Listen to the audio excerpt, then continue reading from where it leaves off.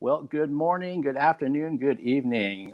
Welcome to the Eclectic Arts Virtual Studio. I am Mark Sugiyama from Eclectic Arts here in Seattle, Washington. It is Monday, February 8th, 2021. It's 9 a.m. here in Seattle.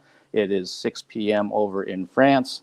And thank you so much for joining me. Hi, Bessie. Nice to see you. I'm already ready to go. I'm looking forward to talking to my guest today. She does have other press to do, so we are on a tight schedule. So I'm going to get right to my guest. My guest today has one of the best voices in the world. With an extensive opera background, she has collaborated with artists in many music genres. She is perhaps best known as a vocalist for symphonic metal veteran Sirenia. Their new album, Riddles, Ruins, and Revelations, is being released this week, February 12th.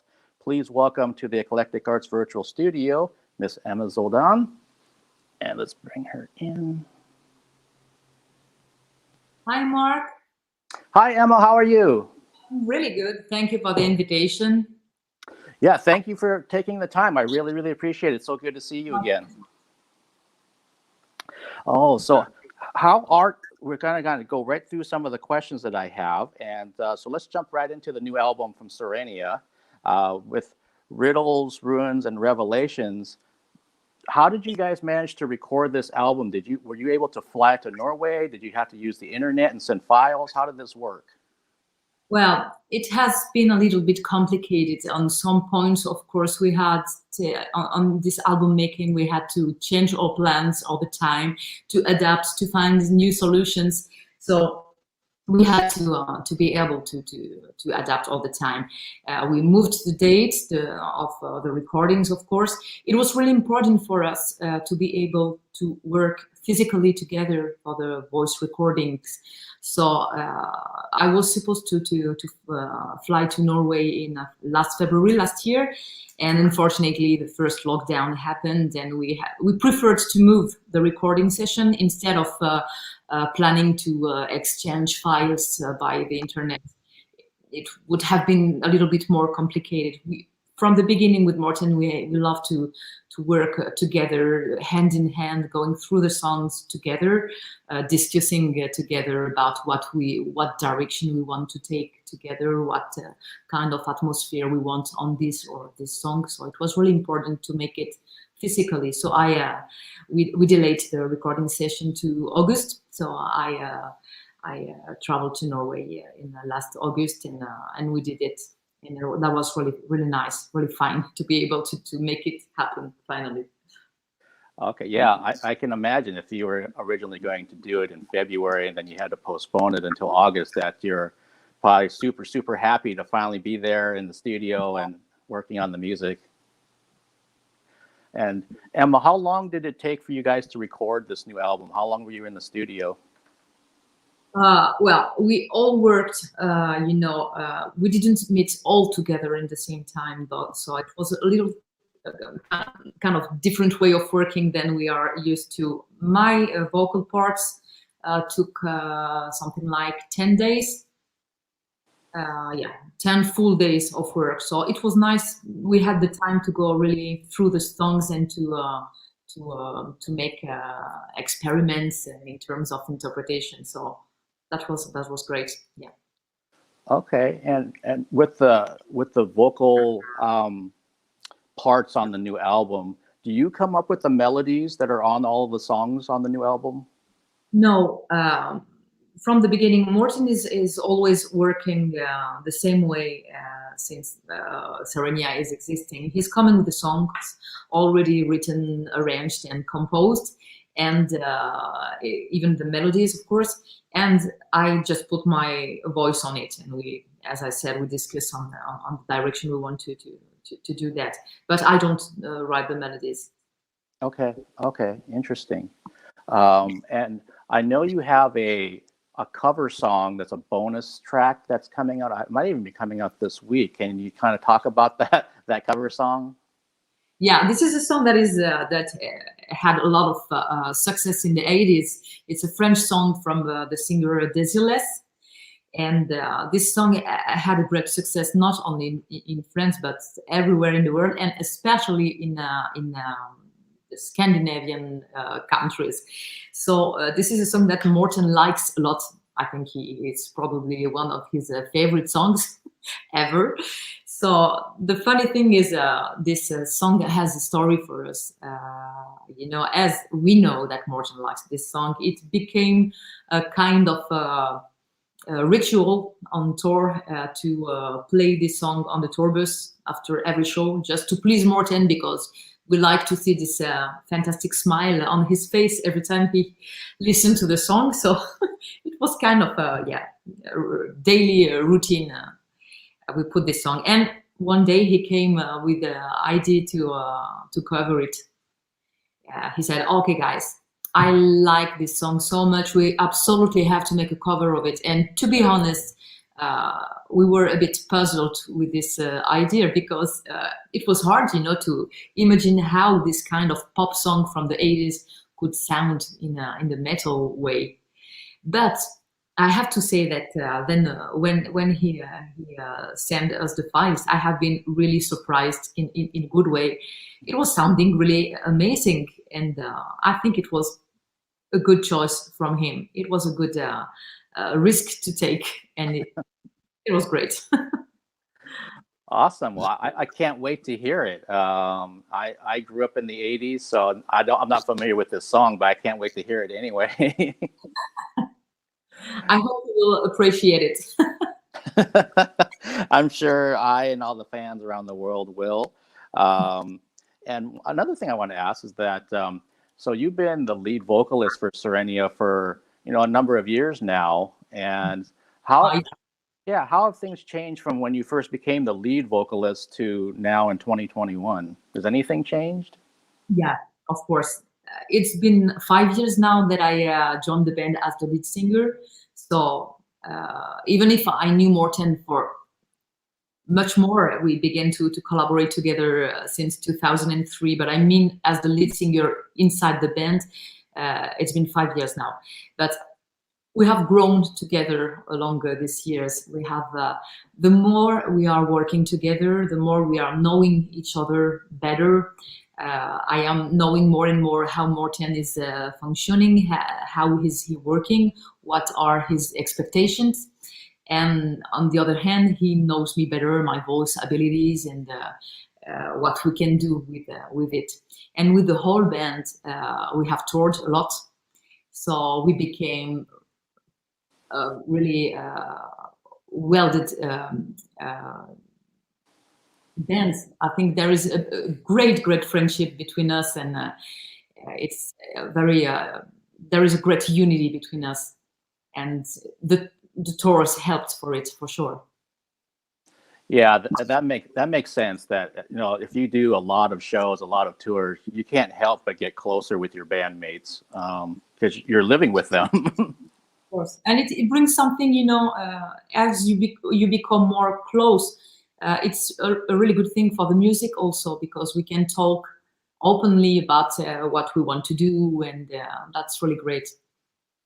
Awesome. Yeah. I mean, that's we were talking pre-show. Last time I saw you guys live was in 2018 here in Seattle. So I can only imagine how much tighter and closer you've gotten over those, 3 years since even then. So kind of a family now.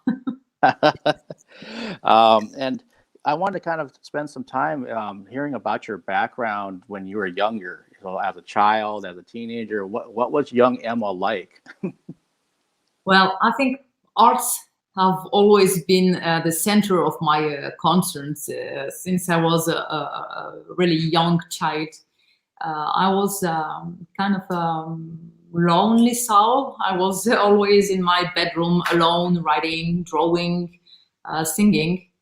So it was really something already very important for me. And after that, as a teenager, I had my first band, rock band. And I did the studies of art, drawing, painting, to become an art teacher. I did my studies at the conservatory and everything. So yeah, I have to say that arts in many ways have always been the center of my life. Okay, that makes sense, because I know you've been doing some I guess you'd call it maybe like some jewelry making and things that some other art stuff that I've seen. You had I don't know if it was a shop that you had online that had some pieces that you had made. Okay, and are you still doing that? Sorry? Are you still doing that? Are you still making pieces? When I have the time for it, yes, of course. It's been 3 weeks that I'm, really focused on the promotion of the album. So it's a lot of time that I spend in interviews and everything. So I didn't really have this last time to focus on it. But yes, I'm still working. As soon as I have the time, I'm doing some canvas, some jowls, different. I try to develop it, of course. Nice. And you mentioned that you were in your first rock band many years ago. And so what got you into that kind of music? What kind of bands were you listening to back then? I have always listened a lot of different things. Surprisingly, not a lot of metal. It's something that I discovered way later with my collaborations with metal bands. I was more listening to pop. I'm a big fan of Queen, for example, of Floyd, Rage Against the Machine, and I also have always loved to explore different kind of genre as well, traditional music, jazz, a lot of different things. Okay, nice. And that kind of allows me to segue into, we were talking pre-show about your opera background, and it was interesting, the story you told me. Can you let everybody out there know how you got into the opera world? It cuts. Are you here? Yeah, I'm still here. Can you see me? Can you hear me? I see you, but check. Check 1 2. Yeah, I hear you. Okay. Yeah, I'm still here. I see and hear you fine. So it looks that it works now. 1 2 3. Cutting. Okay. Is it okay? No. Okay. So I was asking about your opera background. Can you tell people how you got involved with opera? Because it was kind of surprising to me. Yeah. As I told, I came to the conservatory. It was a surprising way for me to learn to sing, because it was something really totally new for me. But when I came out of the conservatory, the engagements came faster than expected. So I went through my opera career really fast, and I had to leave up the rock scene, because it was becoming more important than I was expecting. So I had my first engagements in small roles and bigger ones, and there is a lot of roles that I have been singing on stage, like the role of Carmen, for example. That is a role that I sang several times. Amneris in Verdi's Aida. That is a very dramatic role that I have adored to sing. I have participated to L'Acme, Léo Delibes in Marseille at the National Opera, Verdi's Rigoletto, and many more. But I can say that the roles that I sang the most are the roles of Offenbach. That is one of my favorite composers. And I sang probably all the mezzo roles of Offenbach. It became kind of a specialty for me. So I'm still engaged a lot in this category of opera. So, well, I'm still performing opera and metal, and I hope that I will be able to be both, to sing both of the genres as long as possible. Great, thank you for sharing that. And your voice for opera, what are you technically? Are you a soprano, a mezzo soprano? What are you vocally? I'm a mezzo soprano. I have a voice that have been really complicated to find, because when I was younger, my teachers were thinking I was a soprano. Other ones was thinking I was a contralto because I have low notes, and So it has been really complicated to find the right repertoire. So I have experimented a lot of different things, but I really feel comfortable with the mezzo range. And the more I'm growing old, the more I feel that my voice is becoming lower and lower. Yeah, I hope that that I will be able to sing more dramatic roles, more dark roles, like the witches roles in Verdi's repertory, for example. That's really something that I would love to sing now. Okay, and are just curiosity, are there any recordings of your opera work out there? Like, can people buy any of this stuff? Like on a, No, no, no, no. okay. I thought maybe there's maybe a CD recording of an opera somewhere that people could buy or something. No, only the only thing that is filmed every year is a festival that I do every summer, an Offenbach festival in a place that is called Bruniquel, Festival de Bruniquel in France. And there is a DVD every year that is edited of the festival. But yeah, no, I mean, no CD about All right. I'm just curious too. Will we ever see a solo album from you with lots of different types of music on it?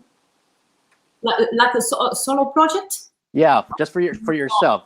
No, not yet. I have collaborated a lot with the different artists, but I have to say that, yeah, I'm working on a solo project for a long time now, and there is still a long way to go because as I am composing, writing, arranging, and doing everything myself, it's a lot of time and a lot of involvement. And but I have great hopes for a future releasing. I hope so. I'm working on it. Okay, yeah, no, that's great. And I understand you're very, very busy, and I would just love to hear a solo album from you somewhere, down the road in the future. I'll let you know for sure. Okay, and let's see here. I know I had something else. So, and we just talked about this. So you've been collaborating with other musicians, and some of them aren't metal. Well, they're not as metal as Sirenia. And I mentioned that I like that unplugged version from Nesco that you participated in. How did you start collaborating with him in that project? Most of the time, every time I have collaborated with an artist, it's because a lot of people know me as a versatile singer that likes to explore different genres of music, and they know that I'm not stuck in one and only one style of music. I really need to move, to explore, to experiment. It's challenging for me, and I really need that.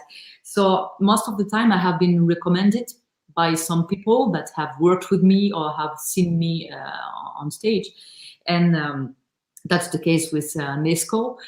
We have a friend, a common friend that have worked with the both of us, and who thought one day, oh, I really have to make you meet, because you really have to do something together. And that's how we met. And Nesco sent me the file of the song, asking me if I was okay to collaborate with him. I immediately liked the guy and the song. That's a fantastic guy, a really good friend of mine now, and we became really friends. And well, we did the first recording, so the rock version first, and that was really nice collaboration. And 1 year after, he called me saying, "Okay, what do you think if we do another version, an unplugged version of it?" Oh yeah, let's do it, of course. And as I said, it's probably the version that I love the most. Yeah, it's a beautiful version of that song. And anytime you're in the unplugged environment, then everything starts to shine, and your voice just is so beautiful on that song. More. Yeah, no, I've listened to it several times, and I never get tired of it. Oh, that's nice to hear. Yeah, and you may have been asked this before, but what kind of advice would you give a young artist or a young musician starting out? Upon everything, be yourself. Never try to imitate someone or to follow someone else's path. Just what is important is your singularity, who you are, what your soul have to express. That's the most important thing. What's coming from the bottom of your soul. So be yourself is the more important thing. Okay, that's good advice to to be yourself and find out who you are as an artist, as a musician. That makes a lot of sense. And I'm also just curious. I know you're a mom, and are either of your kids into music, art, that kind of thing? Yeah, I never wanted to push them at all costs in music direction. They have always listened and heard music. I have always waited that they ask, "Mom, I want to play the violin, or the piano." Or my daughter did some studies of violins, 4 years only, and she stopped because it was really hard and she didn't have the enough motivation for it. But she did piano after that, and that was cool. And my son also. So yeah, they like music for sure. They are both really artists in their self. So, but I never pushed. I leave them to come to it by themselves. Okay, all right. And just to kind of wrap things up, to make sure that I'm keeping on time with on time. I know it's hard to figure out what's coming up in 2021. There's just a huge question mark over everything. But are there any loose plans for Sirenia, somewhere down the line this year, or just not dealing with it yet? Yes. We never stopped to plan the future. We have wanted to move forward, whatever happens. So we planned a lot of things. There's great projects in the plans. We don't know yet, of course, what will be maintained and what will be cancelled for now, for sure. But there are great things that are coming, and we just, fingers crossed for most of them will be working. Okay, yeah. I definitely have my fingers crossed that your plans happen and you're back on stage and doing what you love doing. Just also curious, since I've got about 2 more minutes, do you have a preference between performing live or being in the recording studio? I don't have a preference. I love both. It's totally two different way of working, and I love, to the research of the studio, the way we are going through the songs, trying to things and everything, the experiments of the studio, and I really love the contact with the crowd. That is really important for me. Of course, that is probably what is missing me the most. It's the connection with the crowd, and so I love both. Both of them have their own pro and cons. I really love both of them. Okay, yeah, and that makes sense. That they're very different things between the studio and being on stage. And I was also just curious, do you have a favorite song off the new album? It's changing all the time. Every time I hear it, I change my mind, because I think it's a very diverse album. So every song is really has its own atmosphere, color, and story. So there is some dark songs, some gothic, some more energetic, some is really different kind of atmosphere. So it's hard for me to answer, but I can say that there is one song that is probably maybe the one that is that is a good summary of what the new album is, the artistic direction. It's definitely "We Come to Ruins," because it's a very varied song that shows different atmospheres in itself. So yeah, I would choose this one. Okay, and so everybody out there, Riddles, Ruins, and Revelations comes out February 12th, which is this week. Emma, thank you so much for taking the time today to talk with me. My pleasure for me. Yeah, it was so great seeing you again. Stay safe over there, and I hope to see you back out on the road at some point. Yeah, me too. See you there in Seattle next time. Yes, for sure. All right. Have a good night. Thank you so much. Have a good night, Mark. Thank you for everything. Bye. Bye.